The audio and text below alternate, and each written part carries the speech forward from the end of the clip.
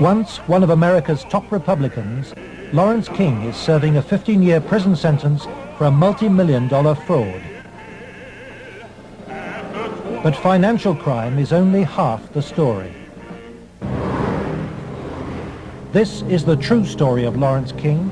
It is the story of a cancer at the heart of America and of its continuing cover-up at the highest level.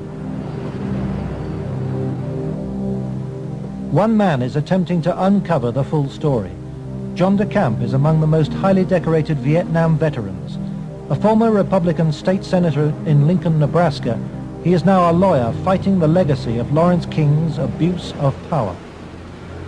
It's a web of intrigue that starts at our Holy of Holies, Boys Town, Nebraska, one of the most respected institutions in the United States, and spreads out like a spider web to Washington, D.C., right up to the steps of the nation's capital, the steps of the White House, involves some of the most respected and powerful and richest businessmen in this United States of America. And the centerpiece of the entire web is the use of children for sex and drug dealing and drug couriers, the compromising of politicians, the compromising of businessmen, but worst of all, the corruption of key institutions of government that have the duty and responsibility to make sure these things never happen. For John DeCamp, the trail starts in a unique town just outside Omaha. World-famed Boys Town is in the news again. Made famous by an Oscar-winning film, Boys Town is America's favorite children's charity. It was founded in 1917 by a Catholic priest, Father Flanagan. Father Flanagan. The saddest spectacle in our social life is the neglected, unwanted, and unloved boy who has become a serious problem in our society. Boys Town was started to be a home for orphans. That was after World War I. And since then, society has changed and the problems of boys have changed. And so now it's a question of taking care of homeless, abandoned, neglected, abused boys, and now girls also. Boys Town has been granted the privileges of an incorporated town, a Catholic diocese, and a school district for 500 children. Boys Town has cash reserves of $500 million, but still raises up to $35 million annually, solicited from the public by begging letters and promotional videos. I'm Father Val Peter, the caretaker of Father Flanagan's Stream and the executive director of Boys Town. Does Boys Town really exist, people ask me? You bet it does. Located in the heartland of America, Boys Town youth have come from many backgrounds and locales. As they graduate, they shall seek new adventures and head for different places.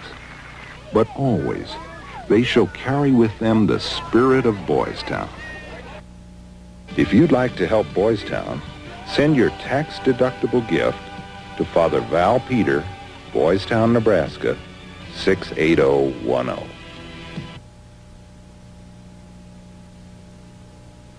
Boys Town, for me, was the first thing I ever heard of when you think of institutions that you respect.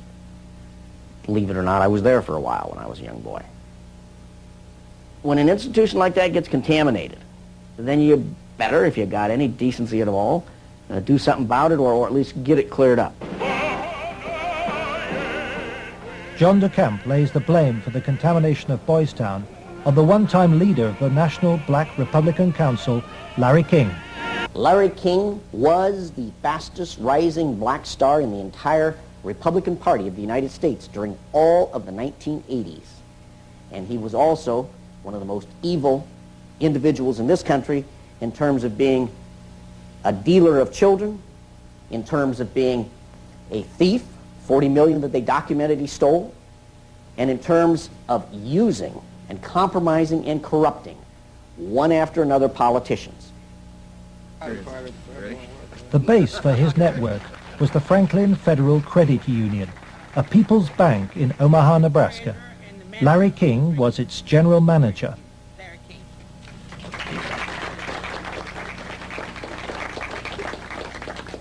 Thank you. This is especially an exciting day for me. Mr. King was a very charismatic person. When he came to the credit union, he was brought in because the credit union was actually failing. He did everything to build the credit union. King courted the leaders of Omaha's wealthy business district.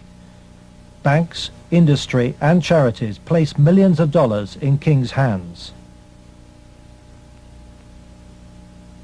From 1979, Larry King developed close commercial ties to Boys Town, and Boys Town youngsters were sent to work for his companies. Boys Town had quite a few accounts at Franklin Credit Union. Those were considered very valuable accounts. They were handled exclusively by the bookkeeping department. But on the average of once a month or once every 2 months, we always seemed to incorporate a person from Boys Town.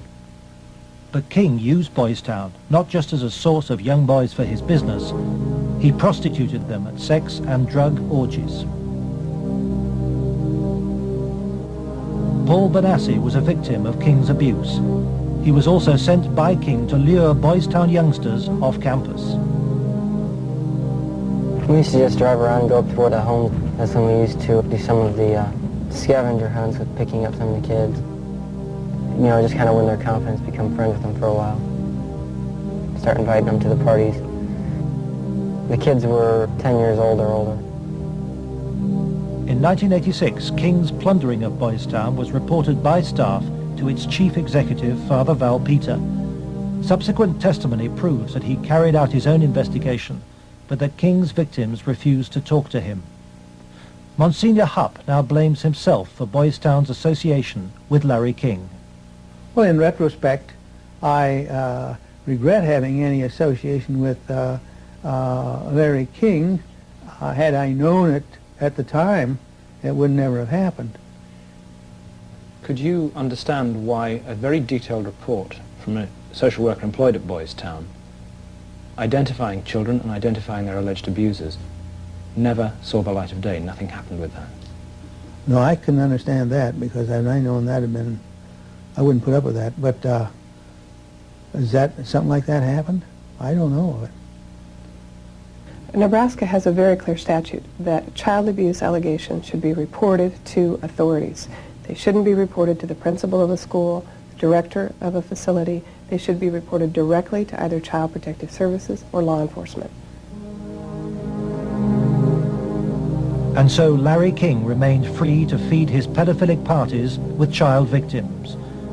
But in 1988, a routine review brought King's involvement with Boys Town youth to the attention of Nebraska's State Foster Care Review Board. In the information presented to the Foster Care Review Board, either via the telephone reports, the personal reports, or the reports we reviewed, Larry King's name was consistently present as someone that the youth were making allegations against. So I would say we handed over at least a foot-high amount of material to authorities, and nothing happened.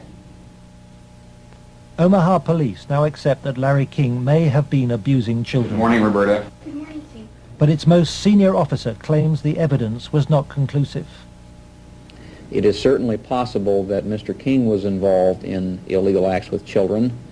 If there was sufficient evidence of those types of allegations, he would have been prosecuted by the county attorney's office. For me, it was very clear that the case was not investigated and not pursued because of the alleged perpetrators.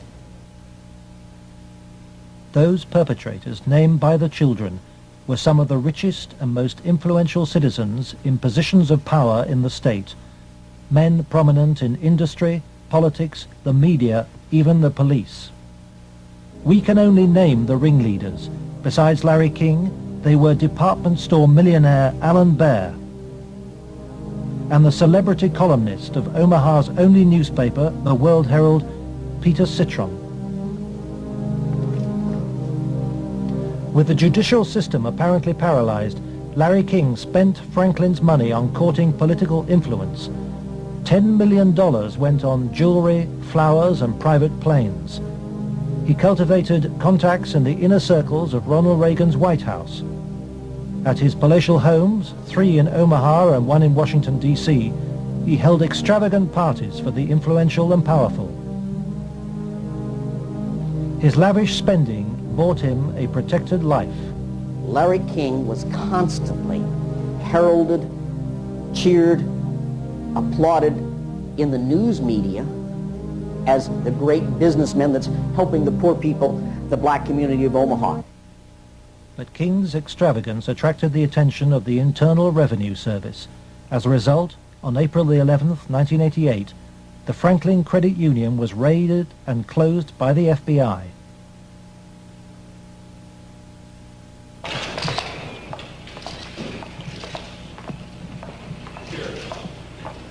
King was arrested, and the federal investigation showed he had stolen $40 million from Franklin. Documents we possess reveal the FBI interviewed many of the victims of Larry King's sex ring, but no action was taken. In November 1988, Nebraska's state government set up a parallel investigation into Larry King. A legislative committee was formed. Its chairman was the Republican head of Nebraska's Banking Committee, corn farmer and state senator Lawrence Schmidt. Immediately, anonymous threats began. I received a phone call on the floor of the legislature. The caller did not identify himself, but he said, "Lauren, you do not want to have an investigation of the Franklin Federal Credit Union."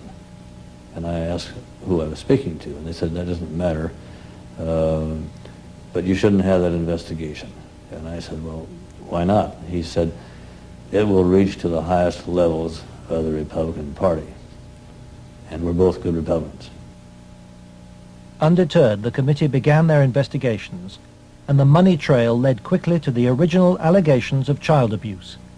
Carolyn Stitt was one of the first to testify.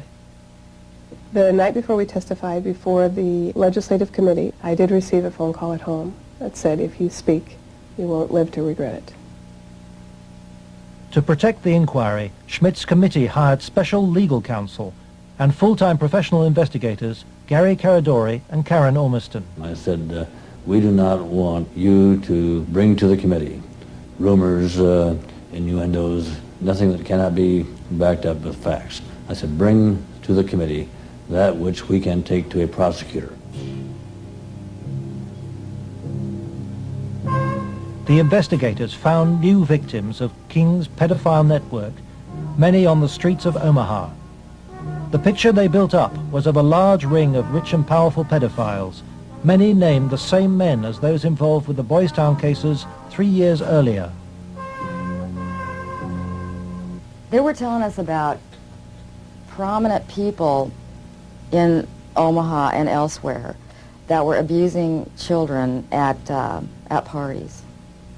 The prominent citizens' names that originally came up were of concern to me because I knew many of those individuals, and I, very frankly, was shocked to have those names show up on the list.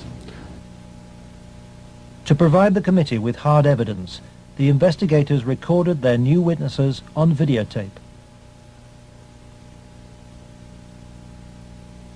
Paul Benassi had been the victim of abuse since he was 8. He was present at many of Larry King's sex parties. Caradori traced him to the county jail. He had been convicted of fondling his young cousin.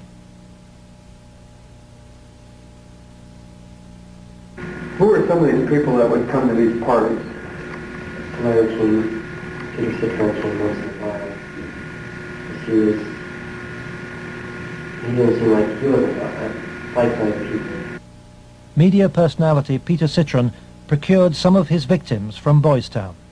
The kids he liked were mainly around the age of probably about 8 and 13. It was mainly fondling and oral sex with them. He did have some anal sex, but he usually did that with the older kids. The parties involved ever more sadistic abuse. Whenever you were tied up, was there anybody else present other than you, Peter Citron? Yes. Who was that?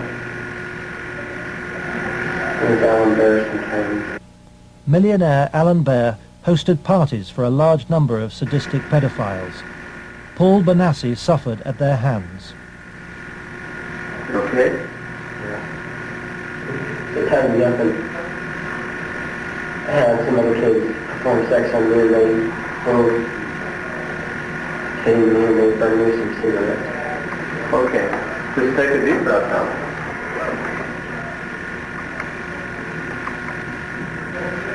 And across from Troy Bonner. Troy Bonner would tie you up? He was there. Troy Bonner was found by the investigators and his videotape testimony taken under oath. I was shocked when I walked in. There was a kid, I would say about 15 years old, out in the middle of the room. One guy was standing in front of him.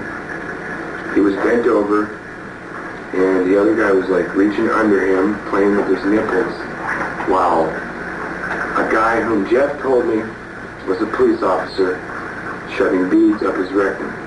The police officer was shoving beads up his rectum? Yes. Bonner named Alan Bear as the man who introduced him to the sex parties. Alan Bear was a sick fuck. Didn't care, wanted sex, nasty, I don't even know if you can call it sex. Everything, I mean, from just, touching to fruit, squash, huge squash, that big around, stuck into you, into your ass, heat things, hot things, poked at you and stuck in you. But the center of the child sex ring was Larry King. Larry King was the same kind of sick fuck Alan Bear was, except Larry King was more violent, more sure of himself.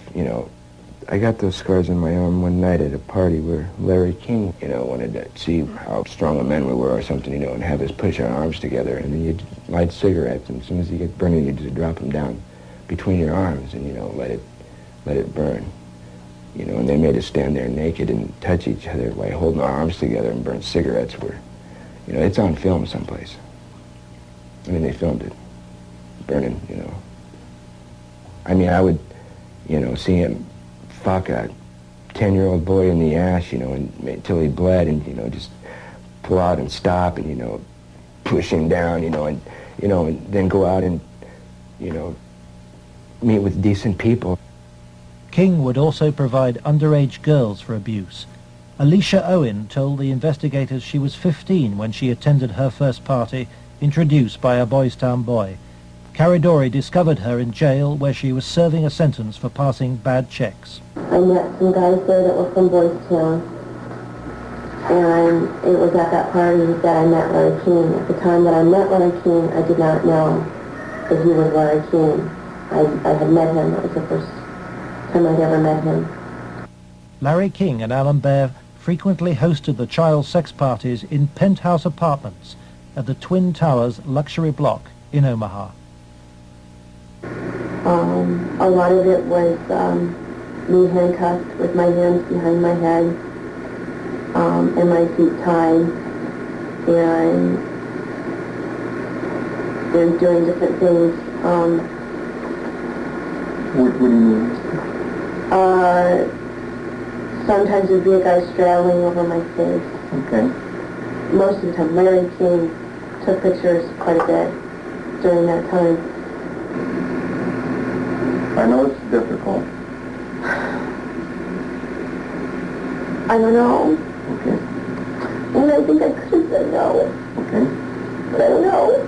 Okay. And you know, Alicia, you're a victim. And at the young age, let's go off camera for a minute. We were appalled. Appalled. I don't even know if it comes across on the video, the way it came across to us in person. It was incredible. It's incredible what these kids went through, I think. Larry King was also here. He came in and we drank and did cocaine. I didn't do much. He turned me on to what Larry King did. Drugs was a strong part of how they got control of some of the kids, because that's what some of the kids were there to get. They would do the sexual acts and then be provided with cocaine or whatever type of drug they wanted. Heroin, you know, I don't know, but that was my drug of choice, you know. Till this day, I remain an addict, you know. And those of us that didn't like to be involved and didn't want to be involved were threatened. Okay. Oh, so, and who would do these threatening remarks? Larry King. Do you think Larry King personally did? I mean, I think he did. And when they threatened, you know, that I can go find somebody that will kill you, and it will kill your family, you're not telling anybody. Larry King was, I would say, the center of transporting the children around the country. The airplanes were usually in his name, at least in his name. They were paid for by Larry King. We met them in Pasadena. Met who in Pasadena? We met, Larry King was there. There was 3 boys that I had seen at one of the receptions at the French Cafe were there. And I'm almost positive they were Boys Town boys. Almost positive. They were there. You mean graduates of Boys Town or present? I think they were present because they were young. Well, how would they get away for a long period of time? I have no idea. Okay. Boys Town came up frequently during the investigation, but we found it very difficult to get information about Boys Town. I was not able to find any information on my visit there, and Mr. Caradori could not get information either. Boys Town today remains unwilling to discuss its involvement with Larry King. We were banned from filming at Boys Town, and its public affairs officer refused any interviews. I would have to give you a flat no. I'm just going to tell you at this point that we will not participate with you. We have no interest in talking to you folks. It's something that we don't even care to delve into.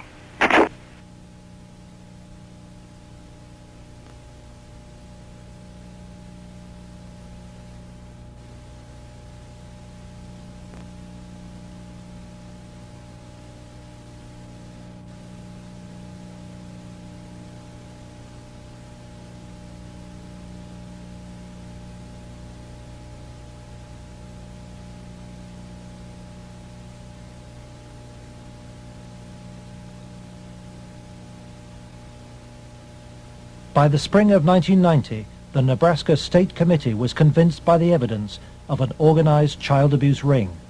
Its chairman, Lawrence Schmidt, sought the advice of his lawyer, John DeCamp. On his advice, Schmidt turned over all the sworn evidence to the FBI. But immediately, the videotape testimony was leaked to a hostile local media. The media immediately started discrediting the witnesses. They were, the witnesses came across in the media, in the Omaha World Herald, especially, as the criminals. The last 3 victim witnesses were demolished by the press, particularly the Omaha World Herald. The paper never looked for information that would support any of the allegations. The whole purpose of the stories was to destroy any credibility that these youth may have. I've heard that people said that Gary Caradori coached me and that he told me what to say, but the fact was I didn't meet Gary Caradori until way after I'd already talked to the Omaha police about the abuse and had named all the same people. Paul Benassi maintains that neither the FBI nor the Omaha police took his allegations seriously. And they didn't ask me very much about Larry King or even Alan Baer at all. They treated the allegations that I made about the people who abused me almost like a joke. The stories were of such significance that the investigators first wanted to prove the accuracy of the stories. As they set about the investigation of the three, initially three and then a fourth person who were telling the stories, as the investigation developed, it became obvious to the investigators that the information was not accurate, that in fact it was an entire conspiracy of allegations, none of which had any truth to them. I was very disappointed with the way the FBI and law enforcement treated the victims. They, in fact, turned them into the offenders, so to speak. And instead of taking the evidence that was delivered to them by the victims and interrogating the persons whom the victims identified, they seemed to bear down and try to get the victims to change their story. It seemed to the investigators that the establishment of Omaha was closing ranks. Then Troy Bonner was brought in for questioning by the FBI. The FBI's attitude was, just no, these kind of things don't happen. From the first interview when I went, and realized they don't believe a fucking thing I'm saying, they were just appalled, but I realized what that look in their eye was back then. It was fear. It was fear of it, I had witnessed, firsthand things that would, destroy this city, people, a position, what I mean? It's not going to be believed, they said. It will not be believed. You will be found guilty of perjury, and they weren't telling me maybe. They were saying, there's no way. You go on with this story, you're going to jail. That was said to me direct. Troy Bonner agreed to withdraw his videotape testimony. The FBI used Troy in an attempt to persuade fellow witness Alicia Owen into abandoning her evidence about Larry King's nationwide network of powerful pedophiles. We have obtained the recording of the phone call made by the FBI on March the 9th, 1990. It is significant evidence for John DeCamp. This is Special Agent Michael F. Mott. Following will be a consensually recorded telephone call between Troy Bonner and Alicia Owen. Hello? Hi. Hey, what's going on? I'd like to ask you that. Talk to me. No, you talk to me. I don't understand why you're lying. Why are you lying? What are you talking about? That's what I'm asking you. You're calling me why I'm lying? Yeah. You concocted this whole thing, Alicia. You're full of shit. Either tell me what's going on. You're full of shit. Hey, look. Who do you have listening on this line? I have nobody listening to me. I'm listening to you, and I'm hoping you'd give me some fucking answers. I'll be honest with you. I don't know what kind of game you're playing. I'm not trying to play a game. I'm not going to go to jail for you. And that's what's going to happen. Why would you go to jail? Jail for telling the truth? No, jail for lying. What have you lied about? I haven't lied. Okay, then, but why are... Listen, shut up. Listen to me. You're not out here being talked to them every day. The pressure's kind of hard. You literally have to have bricks for brains to take on the FBI in this country. And that's exactly what you'd have to do this properly. They now, in my opinion, in my investigation, are the architects of the cover-up. We asked the FBI in Omaha for an interview about its investigation of the Franklin scandal. Larry Holmquist with the FBI here. We feel it would be inappropriate for us to comment. We work this with the Omaha Police Department, and we just don't feel it would be appropriate for us to make comments.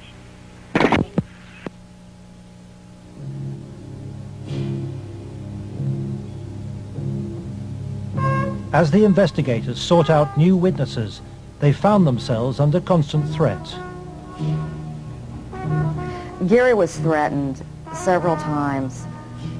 His vehicles were tampered with.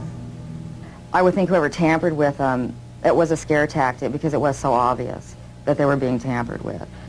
Gary got, there was one piece of evidence I know he got that he even said he got one step ahead of him this time. He told us about this book. It was like addresses, telephone numbers, names. He said if they knew he had it, they'd kill him. On July the 11th, 1990, Gary Caradori and his 8-year-old son AJ were flying home from Chicago in his light aircraft. They had watched the All-Star baseball game, and Caradori had been pursuing new leads. Investigators from the National Transportation Safety Board are in Harold Cameron's cornfield trying to determine what caused this private plane to crash, killing its 2 occupants. The bodies of Gary Caradori and 8-year-old AJ were found in the wreckage. National Transportation Safety Board investigators say wreckage from the crash is apparently strewn over a 3/4 to 1 mile long stretch in this field. The fact that the wreckage is scattered over a large area certainly demonstrates that it did break up in flight. The exact mechanism of breakup yet is still unknown. The federal investigation was never able to discover what tore the plane apart. There are things missing from the plane. His briefcase is missing. I think the plane was sabotaged. There's no doubt in my mind. Within 24 hours of the tragedy, all Caradori's records were impounded by the FBI. Gary's widow, Sandy, is still unable to come to terms with her loss. As a mother, I don't want to ever think that somebody murdered my child, let alone my husband. But I think if you'd ever talk to any parent, be it mother or father, who's ever lost a child, I mean, the worst thing that you can think of is that somebody would want to murder a child. I really feel that somebody killed my brother. And inside me, I know that somebody killed my brother. If somebody could help us out somewhere, somebody knows something. And may God help those who did that to him and his family. The effect of Gary's crash on the investigation, I think, in effect, put an end to anybody else coming forward. There are many victims. We knew of more. There are more. They're still out there. They're afraid to come forward. That's when I was finished, because I figured out if they murdered Gary and his son, there was nothing that would stop them. There was no piece of paper. There was nothing we could come up with that was going to get anything done.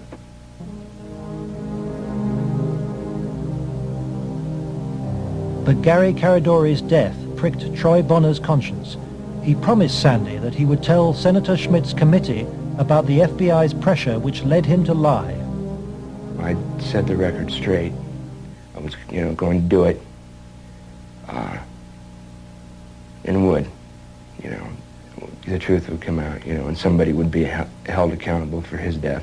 And then at the funeral I had seen, FBI guys, and they looked at me. I was supposed to meet Senator Labetz and Schmidt for lunch after the funeral. And, that's when I decided, I told my mom, we're not going to do the lunch. We're going to hightail it out of Lincoln now. Troy Bonner claims that pressure from the FBI and with the assistance of the county attorney's office in Omaha led him to swear a new statement claiming that he and Alicia Owen had concocted the entire child abuse story. He told this story to the grand jury formed to bring any charges. On July the 23rd, 1990, the grand jury issued a bizarre and contradictory report. It indicted Larry King for fraud and embezzlement and ruled that he had paid young men for sex, but dismissed allegations about his sex ring. It indicted Alan Baer for the serious offense of pandering for sex, but rejected evidence linking him to King or to Citron, whom it noted had been convicted of separate child molestation charges. It accepted that Troy, Alicia, and Paul Bonassi had been abused, but not by the people they identified. And for refusing to withdraw her evidence, it charged Alicia Owen with perjury.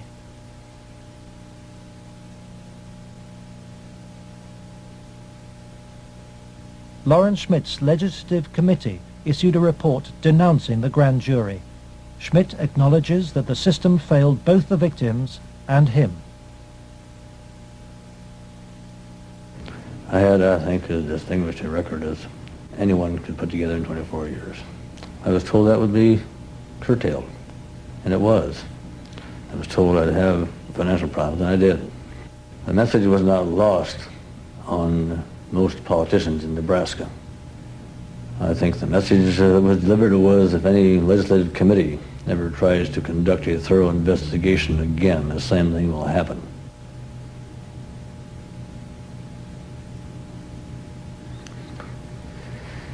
It has shaken my faith in the institutions of government. I used to be a firm believer that the system would work, and that people who did things wrong would be punished. And we discovered victims who claimed to have been abused and who the grand jury acknowledged had been abused. But they did not try to find out who had abused those individuals. Instead, they convicted Alicia Owen of perjury. Indefensible from my point of view.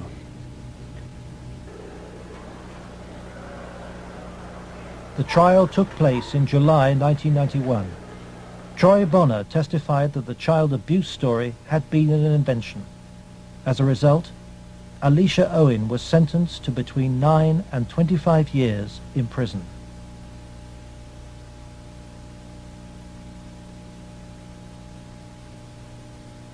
I can't find a case in the history of this country where some kid got sentenced to 25 or 30 years in prison for something like this. If you were going to pick a what I call a telesign, something that says something's fishy about the whole thing, it was in the sentencing itself. For some reason, they had to send a signal to every kid who was a potential witness. My opinion again. A signal so loud and clear, if you dare to come forward, if you dare to talk, watch what happens.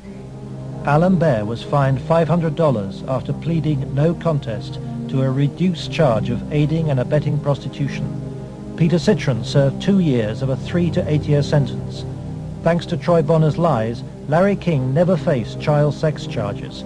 For the $40 million fraud, he was given a 15-year sentence, 10 years less than Alicia Owen. I feel really sick. I should be taken out and shot for doing that. And if that was to happen, I would go willingly.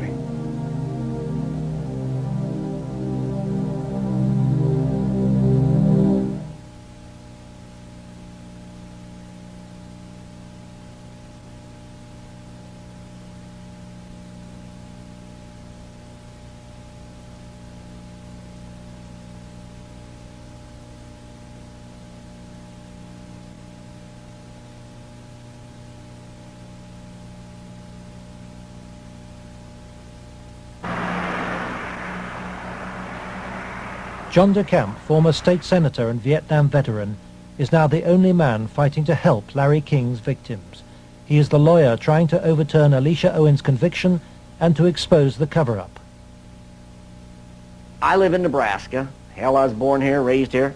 I have 4 kids growing up here. Like it or not, it's my heritage, you know? Well, if it's a dirty cesspool that I got to live in or look back on that I left, that ain't good. The real cost, if I were going to say to my family, has been the fear and intimidation it's put in some of the kids. A couple of the kids are really, really frightened and really had some sleeping problems over it, you know, hear this or that. So that's been the real concern I've had. John has received anonymous threats and has turned for advice to his friend and one-time boss, former head of the CIA, William Colby. Old Bill Colby told me better than anything. The one thing the bad people can't afford is publicity, and knocking you off right now or doing something obvious to one of your kids would bring him more trouble than it's worth. I said, you have to consider the possibility of some danger to not only your reputation, but to your person. I mean, people do react rather violently to some kinds of charges, or particularly if they're true, there's more apt to be a negative reaction than if they're false. If they're false charges, then they can be reacted to in a normal way, by a libel suit or whatever. But if there's truth in it, there can be a danger in that situation. We've seen that happen in other cases.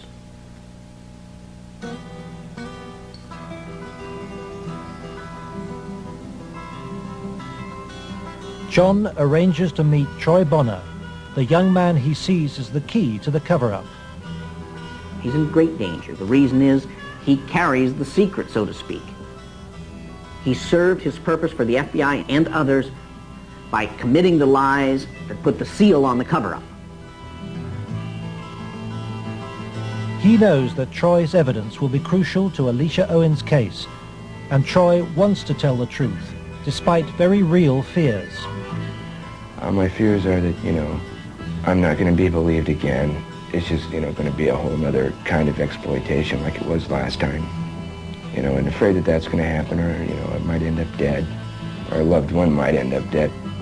Troy has an overriding reason for putting the record straight. Maybe somebody has a better idea. I want this to go forward and have something done so that all those other kids who a lot worse things have happened to can come forward and see that action can be taken. You have to, if you want to protect yourself and your life and your family's life, both now and particularly in the future, is to use the institutions of government that have been set up to protect you and make them work. That means you go into federal court, you go after the people that have done this cover-up, and you expose it so there's no longer any percentage on their part in eliminating you because the secret's out. Yeah, that's why we're here today, to let it out. John's advice to Troy to tell the truth in court puts him at risk of prosecution by the county attorney's office. Potentially, they could decide to charge him with perjury, because now he is telling that they forced me to lie. I did lie at Alicia's trial. I did lie before the grand jury. I did it because the authorities were forcing me to do it, and I was scared for my family. Potentially, they could charge him with perjury this time. Troy's appearance in court will keep Alicia Owen out of prison. She's on bail while DeCamp appeals against her perjury conviction. As her hearing approaches, vital new evidence emerges. Alicia claims that some of Troy's videotape testimony was withheld from the grand jury which indicted her. The tapes that were shown to the grand jury had been edited. Everything that matched Troy's statement Was shown them. that matched mine 'Cause I know it's was raised. edited out. And I think maybe one of the things we want to do is show the judge specifically where these, little 5-minute segments of, look, this tape says this, and then show him it isn't in this tape, and this is the tape the grand jury saw. I'm going to attempt to get these tapes, and we'll see what happens next. But to obtain the tapes, DeCamp must approach some of the very officials he has accused in court of being involved in the cover-up, the county attorney's office which ran the grand jury. In the good old Alicia Owen case, 127-194, I'm trying to get the evidence, the tapes and the transcripts of Troy and Danny. Troy Bonner. Get that up here once. Yeah. It's up at the county attorneys. They have all the bills up there. Oh.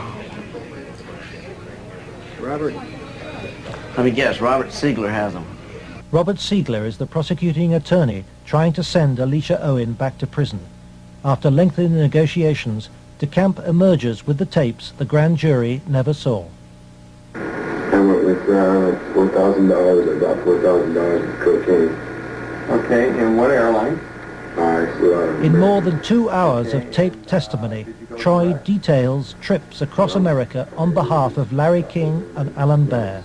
Trips for drug deals and sex. It corroborates Alicia's evidence. Fort Worth, like an hour, and then a big plane from Dallas to Los Angeles. Did anybody go with you? Alicia Owen. For John de Camp, this is the proof of the King sex ring for which he has been waiting. Here it is, so to speak, the smoking gun that they could go out and verify, the corroboration. In other words, the linkage to King that was denied. Cover-up. Organized, planned, deliberate cover-up. The courthouse, Wahoo, Nebraska. The hearing begins.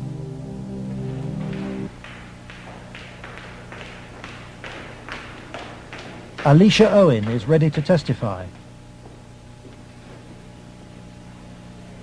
So is Paul Bonassi. But there is no sign of Troy Bonner.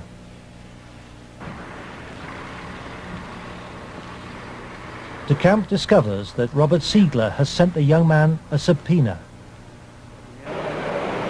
Fearing arrest for perjury, Troy has gone into hiding.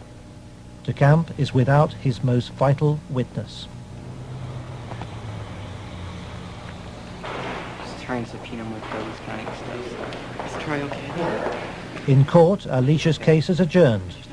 The county attorney's office begins to search for Troy Bonner, but County Attorney Siegler won't say why. I'd like to ask you whether you're about to charge Troy Bonner with perjury. Oh, no. Every victim witness who stepped forward in any way, or even was a potential witness that somebody heard about, has either been killed, put in jail under some theory or other, terrified or run out of the state, discredited. Every perpetrator, even the convicted ones, have been treated as conquering heroes. Peter Citron lives in the same house where he abused many of his young victims. Alan Baer lives in the most exclusive part of Omaha. He recently bought a downtown shopping mall. Many of the other abusers named by the children have risen within Nebraska's state government and legal system and within the Republican Party. Obviously, the FBI was protecting something a lot more significant than a bunch of old pedophiles having improper relations with little boys. They were protecting something a lot more significant than a bunch of drug peddlers. They were protecting, in my opinion, they were protecting some very prominent politicians, some very powerful and wealthy individuals associated with those politicians and the political system, up to and including the highest political people in this entire country.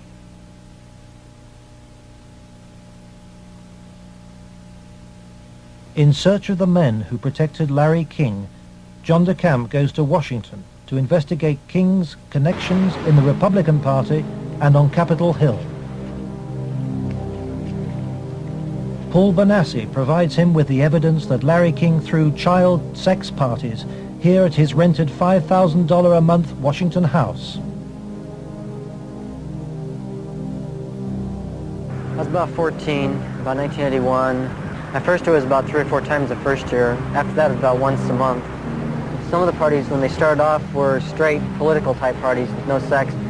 And then when some of the men had left, some of the politicians had left, the ones that had planned on engaging in some type of sexual activity, that would come after the party.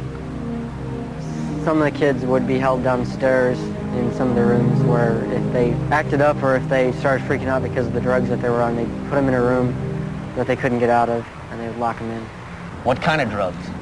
Anything you wanted: cocaine, heroin, speedballs. You're telling me those speed. things were at these parties where you had Larry King and prominent politicians? Yes. Were they readily available to anybody at the party? At the after parties, they were readily available for anybody. Beforehand, they did it more upstairs than they did anywhere else, and it was kind of in the back rooms. Were any attempts ever made that you know of to expose this situation? As far as I know, nothing's ever been done, and most of the people that were in there had already been, I guess you could say, compromised. King's partner was Washington lobbyist Craig Spence. Spence took youngsters, including Bonassi, on private midnight tours of the White House. So you were in the White House then? Yes. And how did you gain access? Well, I came down with Larry King, but Craig Spence was the one that arranged the trip for us. And it was kind of a gift for our services that we were doing. How many times were you on this kind of a trip? I came to it on 2 times. 2 times. And were you used for sex on those occasions? Not until after we left. After you left the White House? Yeah. What time of night? It was usually around midnight.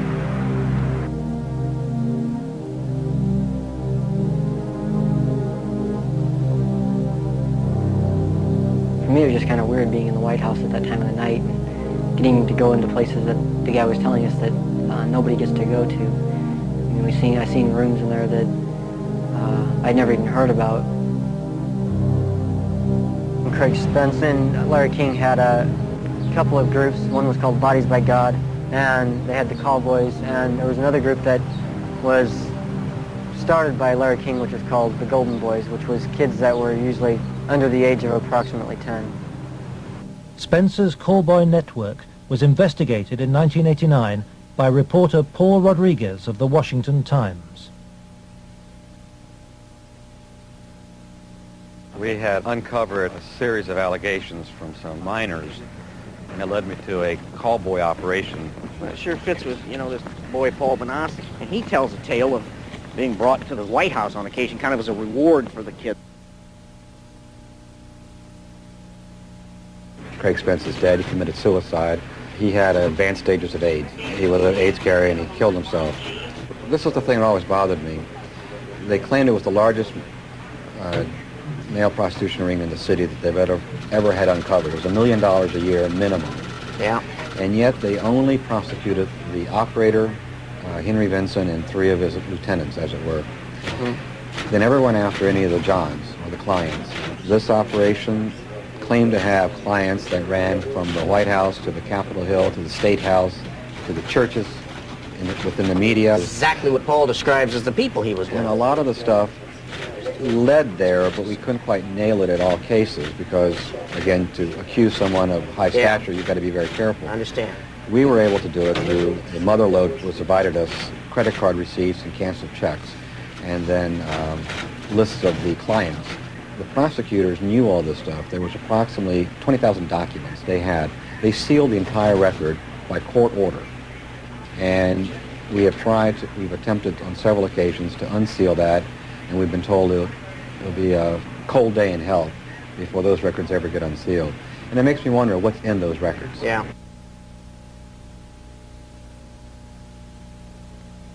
John DeCamp believes that the legal system is still being subverted and that the people protected are still at the heart of the American establishment.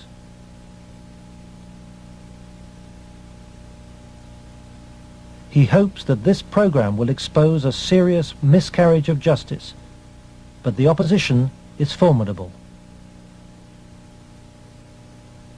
It's beyond belief that arguably the most powerful person in the world, the President of the United States, in the form of Richard Nixon, could not prevent the investigation of Watergate, or that President Reagan could not prevent the investigation of Iran-Contra, and yet somehow this group of unnamed, unknown, anonymous individuals in Omaha, Nebraska have such power they can control and protect all of these people from being investigated. Those allegations are ridiculous. Well, first of all, Nixon did cover up Watergate. Number one. Bush did cover up Iran-Contra, at least officially. And Omaha has successfully covered up this situation. In each case, it was the press that exposed the problem. It wasn't institutions of government. They had been corrupted. They had been compromised. They were the ones doing the cover-up. The Attorney General is now involved. DeCamp's evidence has been passed by William Colby to a senior lawyer in the Justice Department.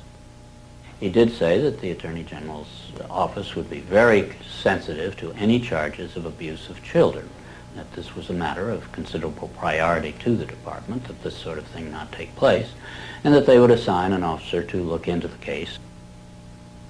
For John DeCamp, the story of Larry King's corrupt empire holds a dire warning for all America. If you can control about 3 or 4 key elements, you can totally own a state. You can make right wrong. You can make truth falsehood, falsehood truth. If you control the media, if you control the Justice Department, if you control the police, you own the system.